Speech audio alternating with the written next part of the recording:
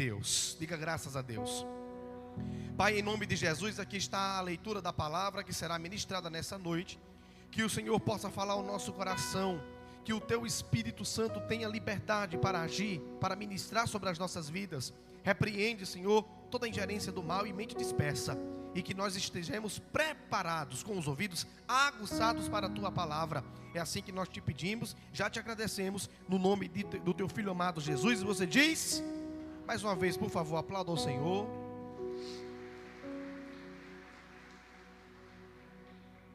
Aumenta um pouquinho o fundo, Emerson, por favor. Bom, antes de chegar nessa história do barco, se você ler um capítulo anterior, você vai ver que João Batista havia sido morto. Jesus estava iniciando o seu ministério. João Batista estava preso porque denunciou o adultério da mulher de Herodes. E aí Herodes cai no conto de uma jovem dançante. E por ser um rei e ter prometido demais, teve que mandar matar João Batista e arrancar a cabeça para ser apresentada numa bandeja, num prato. Depois disso, Jesus sai para pregar o evangelho, começa a ganhar proporções do seu ministério, porque antes João Batista era o grande profeta da pregação, e agora morto Jesus inicia. Um dos grandes milagres públicos de Jesus aconteceu logo depois da morte de João Batista, que foi a alimentação de quase 5.000 pessoas, a multiplicação dos pães e dos peixes. Quando o povo viu o milagre, queriam fazer de Jesus rei à força, rei dos judeus, para governar de forma mágica, dentro do padrão que existia naquela época. E o povo dizia: tu és rei, serás nosso rei, tu não vais sair daqui enquanto não assumires o reinado. E aí Jesus começa a dispersar o povo. E Jesus diz aos discípulos: olha, entre no barco, vão para o outro lado, que eu vou sair por aqui e vou subir ao monte. Eu não posso assumir o compromisso de rei. Foi nesse contexto que essa história acontece. O povo queria que Jesus assumisse o reinado. E os discípulos, iludidos com... Imagina, nós somos discípulos não só mais de apenas um mestre, mas agora de um rei. Iludidos nessa, começaram a seguir a opinião da multidão. E Jesus disse: vocês entrem no barco. É o que diz aqui o versículo que nós lemos, 22. E logo Jesus ordenou aos discípulos que entrassem no barco.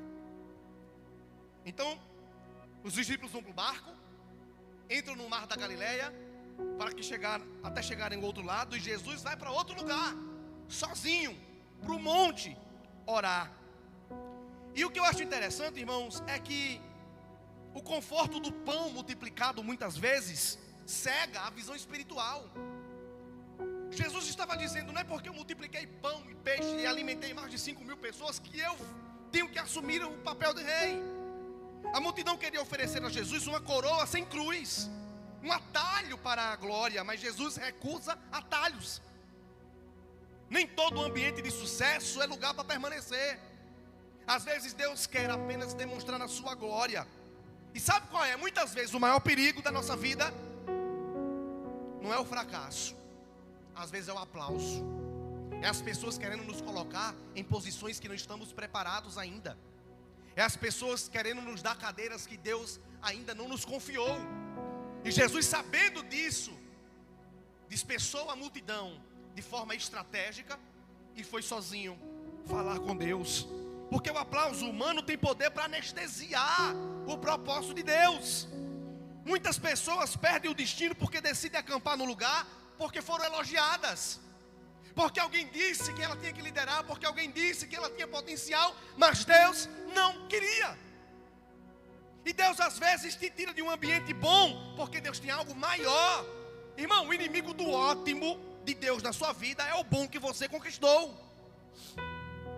Nem toda porta aberta significa que Deus quer você ali. Às vezes a porta larga do sucesso momentâneo é uma distração para te afastar do caminho da salvação, ou da salvação dos outros através de você. Mas, sabendo disso, Jesus dá uma ordem. Diga para o irmão que está do seu lado: Ele deu uma ordem. por favor, verso de número 22 aqui, Elaine. Pode deixar aí na tela que eu vou pedir para mudar depois. Olha como Jesus foi inteligente. Ele ordenou que os discípulos entrarem no barco e fossem adiante, na frente. Vai andando que eu chego lá. Vai adiante, para o outro lado da margem. Foi ordem. Isso é profundo, sabe por quê?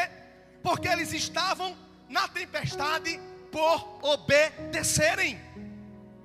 Foi por obedecerem a Jesus que eles sim entraram numa tempestade. Não foi por desobediência, não foi porque fizeram nada de errado, foi porque receberam a ordem de Jesus e obedeceram. E tem gente aqui pensando, eu estou numa luta porque fiz algo errado. Não, às vezes você está na tempestade porque fez o certo. Irmãos, a igreja precisa amadurecer para algumas coisas. A teologia da igreja precisa amadurecer. Obediência a Jesus não isenta você da tempestade, não isenta você dos problemas, das lutas, das provas. Isso é profundo e ao mesmo tempo é um confronto. Tem crente querendo calmaria na desobediência, mas Deus prefere te forjar, te tratar no caos da obediência. Ai, Senhor, será que eu fiz alguma coisa? Não, às vezes é porque você está obedecendo que você está na tempestade. Estar no centro da vontade de Deus não garante que o barco não vai balançar, mas é garantia absoluta de que ele não vai naufragar. O diabo não ataca barcos vazios, não. Se o inferno se levantou contra o seu trajeto, é porque você carrega propósito. A vontade de Deus não é ausência de vento, é presença de propósito. A obediência dolorosa sempre trará mais frutos do que a desobediência confortável. E aí Jesus faz o quê? Despede os discípulos. E os discípulos enfrentam o mar por obedecerem. E Jesus vai para o monte. É Jesus orando no monte e os discípulos remando no mar. É Jesus consagrando no monte e os discípulos viajando pelo mar.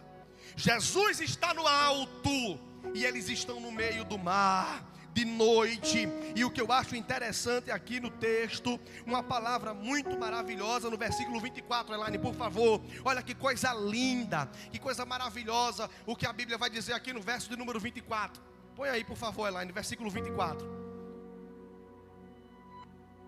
E o barco já estava no meio do mar, açoitado pelas ondas, porque o vento era contrário. Olha que lindo, Jesus está no alto, eles estão no meio do mar, de noite, vento contrário. Parece que Jesus abandonou eles lá e ficou num lugar seguro, mas não é. O texto diz que Jesus viu que eles estavam fatigados, desesperados, trabalhados ali por aquela tempestade. Irmãos, a distância entre Jesus e os discípulos era apenas geográfica, não espiritual. Enquanto você está gastando seus braços no remo, lutando contra as circunstâncias, contra o vento, Jesus está gastando os joelhos no monte, intercedendo por você. A oração de Cristo é a âncora invisível que impede o barco de virar e afundar. Mas você pode não ver Jesus, mas Ele vê você. Ele permite a fadiga para esgotar a sua autossuficiência. Por quê, pastor? Porque Deus gosta de operar quando o esforço, o estoque do esforço humano zera. Aleluia, louvado seja Deus. Deus não perdeu o controle dessa história, não. Esse cansaço tem propósito e validade. Você não foi esquecido na tempestade. O mestre não tira os olhos de quem Ele enviou para o mar em obediência. E o que é que o texto diz? Repita comigo: vento contrário. Mais alto, muita gente está pouco barulho. Diga: vento contrário. Diga para o irmão que está do lado: vento contrário. Veja bem, não era ausência de vento, era vento contrário. Existem 3 tipos de vento na natureza que é soprado em direção ao mar: o vento favorável, o vento neutro e o vento contrário. Irmão, o contrário cansa.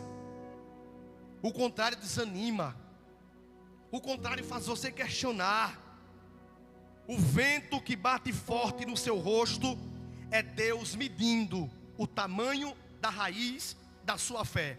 Quem não suporta o vento contrário nunca estará pronto para voar quando o vento soprar a favor. A resistência a esse vento cria resiliência. Sem fricção não há crescimento. Sem vento contrário, o barco perde a direção de quem está no leme. É Deus dizendo: estou permitindo soprar o vento, porque estou querendo testar você, para quando o vento, aleluia, favorável soprar, você entender que não é você quem está no controle, mas é eu, diz o Senhor. O vento contrário não vem para destruir, vem para te revelar. A tempestade não muda quem você é, ela apenas arranca as suas máscaras, revela quem você sempre foi. Quem confia, a tempestade revela quem teme, a tempestade revela quem ousa, a tempestade revela quem é tripulação, ou quem apenas é passageiro, que gosta de se encostar e de se escorar no barco, como fez Jonas. E aí Jesus, do monte orando, viu que os discípulos estavam cansados de tanto remar. Eram os discípulos, que era manual, né? Não era, o barco não tinha motor como hoje, era na mão. Os discípulos remando para lá e o vento jogando o barco para cá. Isso é vento contrário. Quem gosta aí de andar de bicicleta que pega uma ladeira para subir? Isso é ladeira contrária. E você está moendo ali o pedal e a ladeira para cima, jogando a gravidade, jogando você para trás. Isso é vento contrário. É você indo para frente e a força da natureza te jogando para trás. E aí diz o texto que na quarta vigília da noite, aleluia, louvado seja Deus. Versículo 25, Elaine. Na quarta vigília da noite. Quarta vigília cai mais ou menos entre 3 a 4 da manhã. Equivale ao horário da madrugada. Terceira vigília, 3 horas da manhã. Quarta vigília, 4 da manhã, no horário de hoje. Então, aproximadamente 4 horas da manhã. Aqui, 4 da manhã, o sol já está começando a querer sair, né? Lá não. Lá no Oriente, 4 horas da manhã é o horário mais escuro. É onde você olha para o lado e não vê ninguém. É o horário também mais frio. E também é o horário mais silencioso. Veja, foi na quarta vigília da manhã, no horário mais frio, no horário mais escuro, no horário mais silencioso, que Jesus decide ir ao encontro dos discípulos no barco. Sabe que isso ensina que Deus não chega atrasado. Pega na mão dessa pessoa que está do seu lado e diga assim para ele: vai ser no horário mais frio, mais escuro e mais silencioso que Jesus vai chegar. Diga para ela: Deus não chega atrasado, Ele chega na hora limite da tua vida. Mas Ele chega, Ele vem. O choro pode durar uma noite, mas a alegria virá pela manhã. Quando a sua técnica de remo termina, começa o sobrenatural de Deus. Eles eram pescadores experientes, conheciam de cor o mar da Galileia, mas Deus os colocou numa situação onde o currículo deles não servia para nada. Às vezes Deus permite o caos para quebrar o seu orgulho e te mostrar que a tua experiência, que o que tu tem, não serve para salvar a tua vida. Não serve. Quando Jesus decide permitir o vento contrário soprar, o que tu tem não serve de nada. Quando a morte diz assim, ó, agora eu e você. E aí Jesus viu eles cansados de rimar, cansados de trabalhar e nada de chegar, porque o vento não deixava. Aí sabe o que acontece? O versículo vai dizer assim, ó, versículo 26.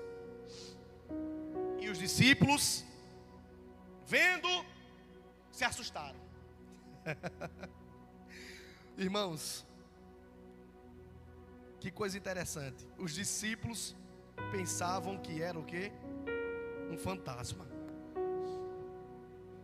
Pensa que é um fantasma, um vulto, uma assombração. Por quê? Porque quando a gente está com medo, a gente interpreta tudo errado. Leva um crente, irmã Jó, para uma visita numa casa de um demoniado. Às vezes você está orando ali, aí Deus dá uma unção de autoridade, e o crente, ai meu Deus, eu estou sentindo um negócio ruim. Às vezes é a unção que Deus deu para expulsar o demônio, e o crente está entendendo que é ruim. Por isso que não dá para andar com gente medrosa, porque ele entende tudo errado na hora do medo. Olharam para Jesus andando em cima das águas e pensaram que era um vulto. Pensaram que era um espírito. Porque o medo faz isso, faz a gente enxergar, entender, compreender, interpretar as coisas errado. O medo distorce percepção. Quantas vezes você repreendeu como demônio, ou você chamou de azar aquilo que era o próprio Deus vindo ao seu encontro de uma forma que você não conseguiu reconhecer?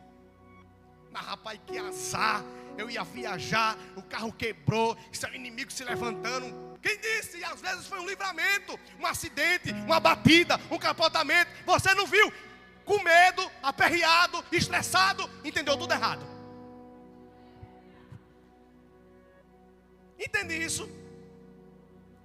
E aí a pessoa não reconhece. Por quê? Porque o medo transforma livramento em situação de desgraça. O medo transforma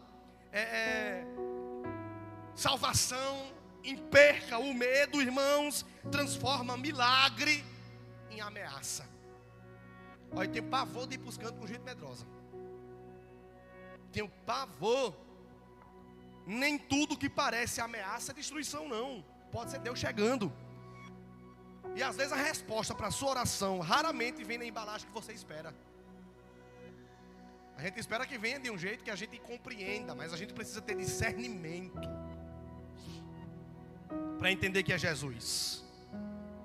E aí, os discípulos, achando que era um fantasma, olharam aquele homem no escuro, não dava para ver quase nada, talvez só as vestes, né? Que era o costume dos mestres andarem de branco. Pedro lança uma proposta. O apóstolo Pedro pede uma palavra. Pedro diz: Senhor, se és tu, aleluia, verso 28, Elaine. Senhor, se és tu, manda-me ir também por cima das águas ao teu encontro. Manda-me ir contigo por cima das águas, se és tu. Ele não pede milagre, ele pede autorização a Jesus. Meu Deus, isso é maturidade espiritual, isso é discernimento espiritual.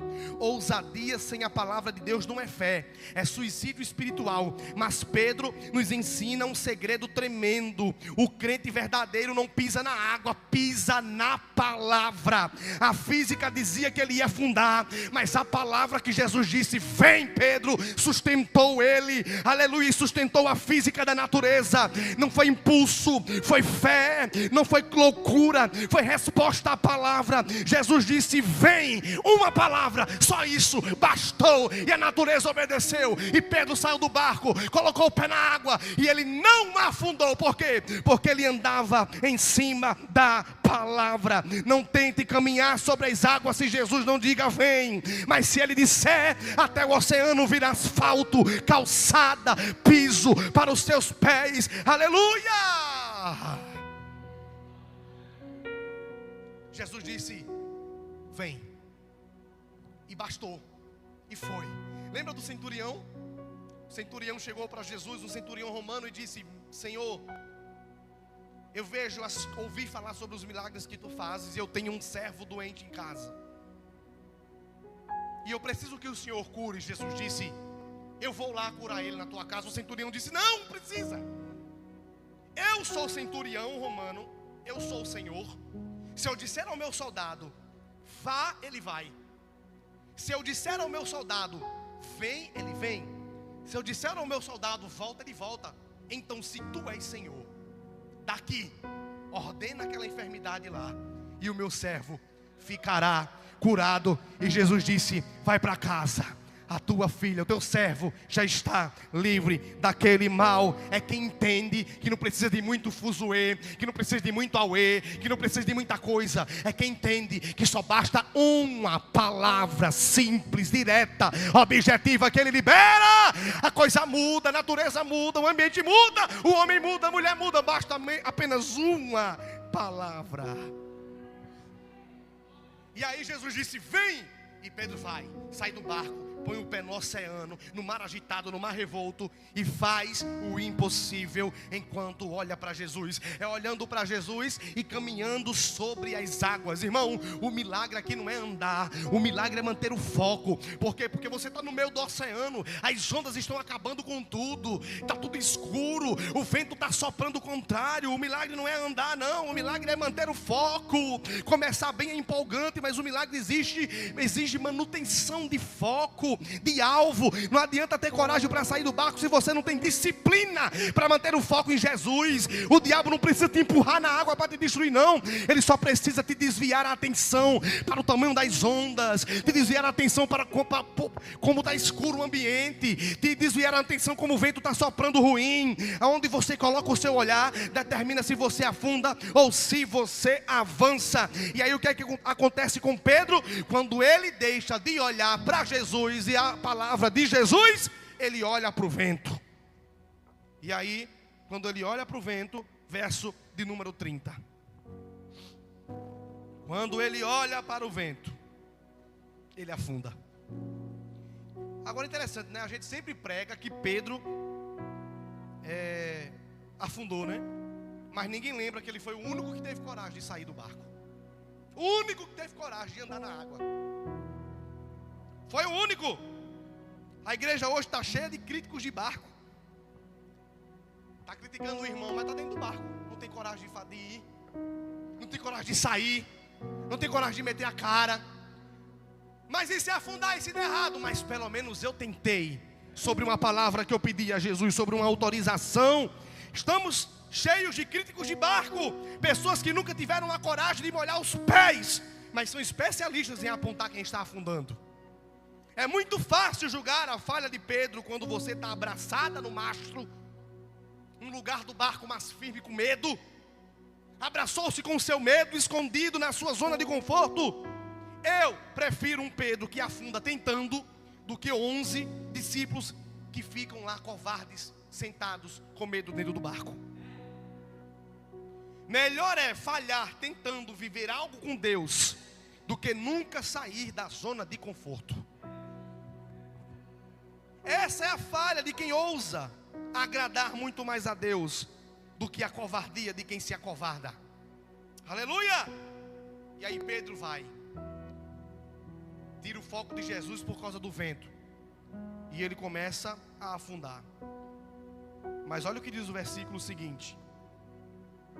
Ele clama dizendo salva-me, mas diz assim, ó, e logo. Essa expressão e logo significa que foi de repente, ligeiro, rápido, sem demora. O que Jesus fez? E logo, imediatamente, Jesus faz o quê? Ele não dá um sermão em Pedro. Ele não reclama com Pedro. Primeiro, segura na mão. Sabe o que é isso? Graça. Primeiro ele segura na mão de Pedro, para Pedro não afundar, não cair, não morrer. Isso é graça. A distância entre o seu desespero e a mão de Jesus é a distância apenas de um grito sincero. Volta no versículo anterior, por favor, no verso de número 30. Quando Pedro clama, Senhor, salva-me. Aí vem o versículo seguinte, pode colocar. Jesus segura na mão dele. De repente, logo, rápido, aleluia. Jesus permitiu que Pedro engolisse um pouco de água salgada, para lembrar que a força não era dele, mas jamais permitiria que ele se afogasse. Jamais. A graça de Deus te pega pela mão, não pelo pescoço. É pela mão. Deus disse no livro do profeta Isaías: e te tomo pela tua mão direita, e te digo, não temas. É pela mão, mesmo quando você falha. É pela mão que Ele resgata, mesmo quando você erra. É pela mão que Ele sustenta, mesmo quando você cai. É pela mão que Ele levanta. Seu erro não é maior do que a mão dEle. Ele disse: a minha mão não está encolhida, para que eu não possa abençoar. Aleluia. Se a sua queda foi grande, ela não cancela a sua chamada. O chão de água que você afundou é o mesmo que Jesus vai te conduzir para o barco amanhã. E te diz: eu te levanto. Primeiro eu te tiro, primeiro eu te resgato, depois eu te dou sermão. Eu te digo, te repreendo, como Ele fez com Pedro. Homem de pequena fé. Mas primeiro Ele tomou pela mão. Pela mão. Pela mão. E aí quando Jesus pegou pela mão, que botou no barco, olha, o couro comeu. Primeiro Ele resgata, primeiro Ele tira, primeiro Ele ajuda, depois o couro come. A igreja faz o contrário, né? A igreja, o couro come para depois a gente ajudar. Aleluia! Diga para o irmão que está do seu lado: o barco não é destino. Mais uma vez, diga: o barco não é destino. O barco representa a segurança. O barco representa o controle.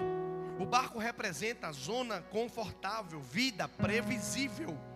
Mas andar sobre as águas representa chamado. Andar sobre as águas representa vida de fé. Andar sobre as águas representa dependência total de Deus.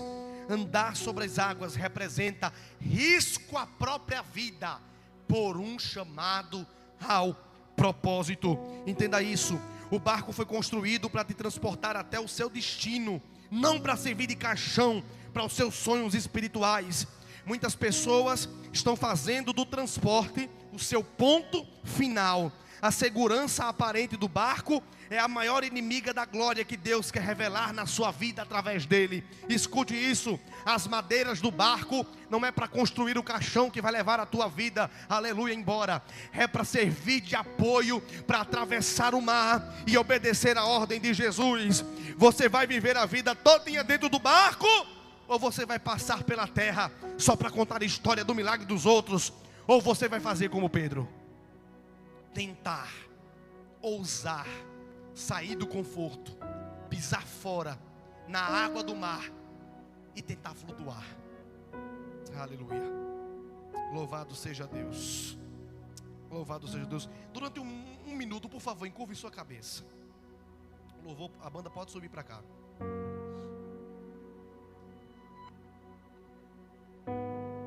Miriam Lima, já sabe, né? Aquela lá que mandou lavar a rede. Feche seus olhos, curve sua cabeça. Por favor, com uma voz de ânimo, repita comigo assim: eu declaro. Muita gente, para pouco barulho, diga: eu declaro que todo medo é quebrado na minha vida. Diga: em nome de Jesus. Diga: eu profetizo que estou saindo deste barco de estagnação financeira, espiritual e emocional. Mais forte, diga: o vento contrário não vai me parar, ele vai me fortalecer. Diga: os projetos que estavam parados na gaveta do medo vão avançar. Diga: o chamado adormecido pela crítica e pela vergonha serão despertos na minha vida. Diga: o que era lugar de medo se tornará o palco de um grande testemunho.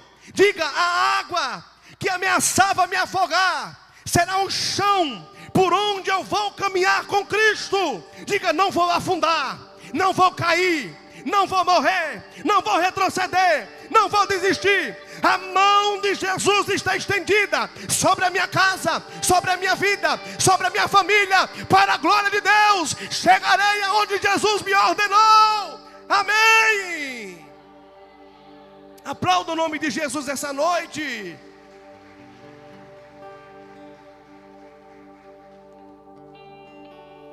Se você ainda não entregou a sua vida a Jesus, ou se você está afastado, hoje é seu dia. Seu maior passo fora desse barco é a salvação. Sair do barco é reconhecer que sem Jesus você afunda. Lembre-se, o vento não define você, a tempestade não define você, o barco não define você, o passado também não define você, as opiniões não definem você.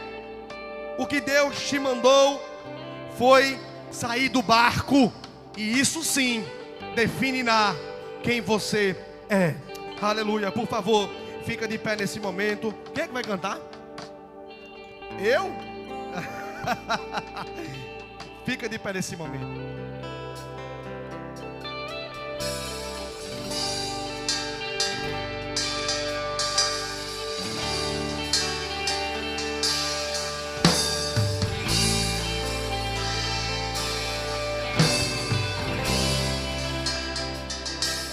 Amanheceu,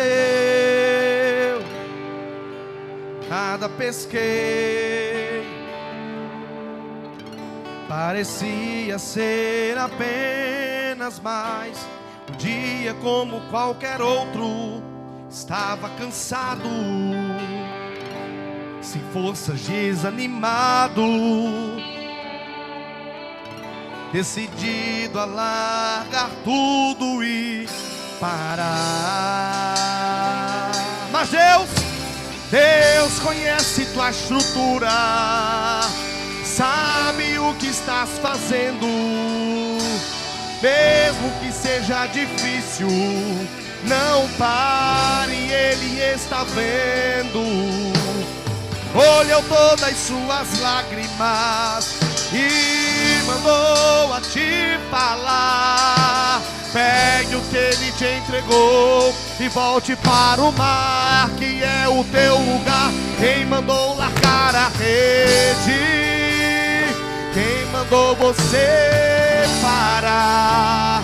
Volte para o mar alto, no lugar da tua vergonha. Deus vai te usar. Quem mandou largar a rede? Quem mandou você parar? Volte para o mar alto.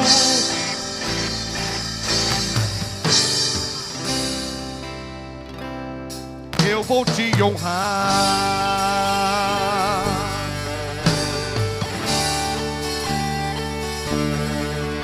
Filho, eu vou te honrar. Já não é hora de parar. Deus contemplou seu caminhar. Eu sei que é difícil prosseguir quando tudo esse cenário vai mudar e a tua hora chegará. Há tempo pra tudo. Quem mandou largar a rede? Quem mandou você parar? Volte para o mar alto. No lugar dessa vergonha, dessa luta, dessa prova, Deus pode fazer. Quem mandou? Quem mandou? Quem mandou você parar? Volte para o mar alto. No lugar dessa vergonha, Deus vai te honrar. Filho, eu vou te honrar.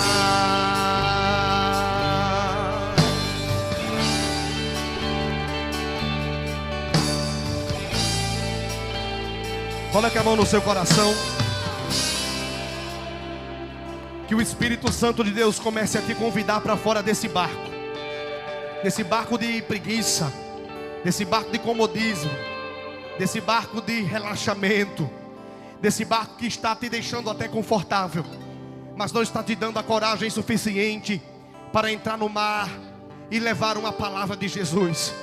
Essa noite Jesus está esperando você pedir uma ordem, uma palavra dizendo: Senhor, permita com que eu entre, permita com que eu caminhe, permita com que eu vá. Aleluia. E Ele vai te responder, porque Ele deseja que os seus filhos andem sobre as águas. Ele deseja que você saia desse barco e faça algo diferente, sobrenatural, na sua obra, na sua casa. Quantos aqui estão há muitos e muitos anos dentro desse mar, não sai do barco, é só remando, é só cansado, é só fadigado, mas o Espírito Santo de Deus nessa noite, através da palavra, está chamando Pedros aqui a saírem para fora, a colocarem os pés nesse mar. Mas eu tenho medo, vai assim mesmo. Mas eu tenho preguiça, joga lá para fora. Mas o povo vai me criticar, deixa criticar. É Ele que está te chamando e dizendo: vem. É Ele que está chamando para fora desse barco e dizendo: eu tenho um chamado com você, eu tenho um projeto com você, eu tenho uma ordem para você. E Ele não te quer parado, não. Ele não te quer estacionado, não. Relaxado, não. Ele te quer trabalhando, caminhando, fazendo alguma coisa nesse mar. O mar está soprando o contrário, mas Ele te convida. Te pego pela mão e te digo: não temas, homem de pequena fé. Se eu te chamei, se eu disse vem, pequena fé, fé pequena, não toma posse da palavra, não toma posse do chamado, não crê que Deus provê, não crê que Deus dá sustento, não crê que Deus capacita. Ei, homem de pequena fé, ei, mulher de pequena fé, é Ele, não é o pastor, não, não é o líder do conjunto, não, não é o irmão da esquina, não é o vizinho, não, é Jesus quem te toma pela mão e te diz: vem, vem. Vem que eu estou te chamando para uma obra, para um chamado, para um propósito. Mas o mar dá medo, mas eu estou no mar contigo. Ei, meu Deus. Aleluia. Deus está me mostrando gente aqui que está igual Jonas, dormindo no porão do barco. Dormindo no porão do barco quando deveria estar ou no altar pregando, ou limpando a igreja, ou tocando um instrumento, ou cantando, ou evangelizando, ou levantando pela madrugada para interceder pela igreja por alguém, ou indo entregar um convite, fazendo visita, ou indo no culto do lar, ou dizendo assim: pastor, eu quero dizimar, eu quero ofertar. Eu não sei quem é, porque Deus não mostrou quem é, mas tem gente aqui acomodado dentro do barco, com suas vidas confortáveis, com as suas vidinhas, aleluia, medíocres, só ali, só no banquinho, que tá bom, que aqui é bom, que Jesus sabe quem eu sou, que Jesus me conhece, que tá bom, eu vou pro culto, depois vou pra minha casinha, fazer minha comidinha, pro meu maridinho, e Jesus está dizendo: mas eu não quero só isso, não, eu quero que você tenha um tempo para sair desse conforto, para começar a jejuar, a orar, para sair dessa vida de mesmice. Jesus está convidando alguém aqui para isso.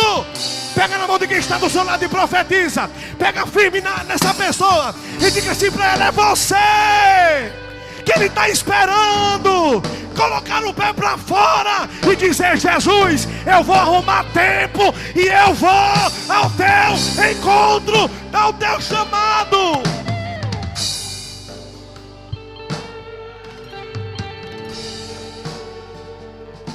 Ninguém aqui é Lázaro. Ninguém aqui é Lázaro para depender dos outros, para poder sair de dentro da caverna. Ninguém é Lázaro, não. Aqui é Pedro. Hoje é tudo Pedro. Lázaro precisou de ajuda dos outros para tirar a pedra e ele sair. Mas você não é Lázaro, não. Você não é Lázaro, não. Você é Pedro. É discípulo. É alguém que está com a vida confortável e não quer sair do conforto. Aí, pastor, é porque quando dá 9 horas da noite, depois que eu durmo, só acordo outro dia de 6 horas da manhã. Também, um colchão de molas ensacado, com ar-condicionado no quarto, até eu dormia de 9 horas da noite. Confortável. Aí, pastor, eu não tenho tempo. Também com a televisão de 70 polegadas na sala. Netflix paga, a internet paga. E ainda pipoca feita com manteiga caramelizada, confortável. Ei, Jesus não está chamando isso aqui. Jesus não está chamando quem está na obra, trabalhando, evangelizando. É você que está parado, uma preguiça desgraçada dentro desse barco da tua vida, da tua casa. E Jesus está dizendo: vem que eu quero te fazer andar sobre esse vento contrário. Levante as suas duas mãos do céu nessa noite. Aplauda o Senhor Jesus bem forte, bem forte. Ele merece. Cadê o presbítero Jardiel, por favor? Ora aqui terminando o culto e entregando as bênçãos. Estive terça-feira pregando lá em Sobrado. Foi bênção do céu. Só perdeu que não foi.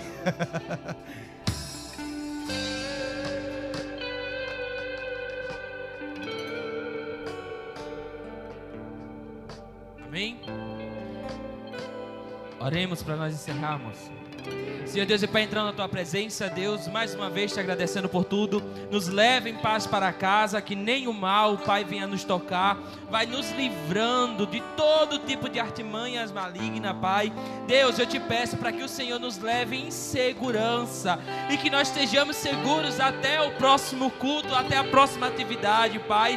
Deus, nós só podemos colocar o Senhor na frente, diante de tudo. E mais uma vez, muito obrigado por ter falado ao nosso coração. É assim que nós te oramos e todos dizem? Mais forte, todos dizem? Concha com as mãos. Que a graça do nosso Senhor Jesus Cristo e a mais doce consolação do Espírito Santo